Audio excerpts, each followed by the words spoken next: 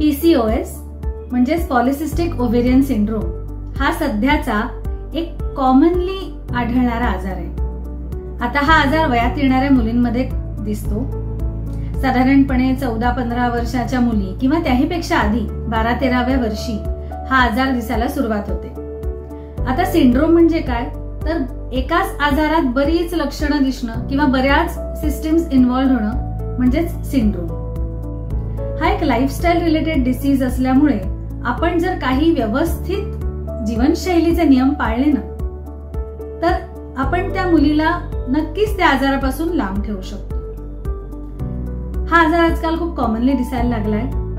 त्याचा ratio 1 in 10 girls म्हणजे 10 मुली असतील तर त्याच्यातल्या एखाद्या मुलीला दिसून येतो आणि बरेचदा 50% जास्त केसेस तर अनडायग्नोज जातात. म्हणून मी पीसीओएस ची एक सिरीजच तुमच्या समोर आणतेय. तर या सिरीज मध्ये त्या विषयाचे तज्ञ आपल्याला पीसीओएस मध्ये होणाऱ्या त्या पर्टिक्युलर सिम्पटम्स बद्दल सांगतील आणि त्यावर कशी मात करायची तेही सांगतील. So stay tuned, stay healthy and stay beautiful.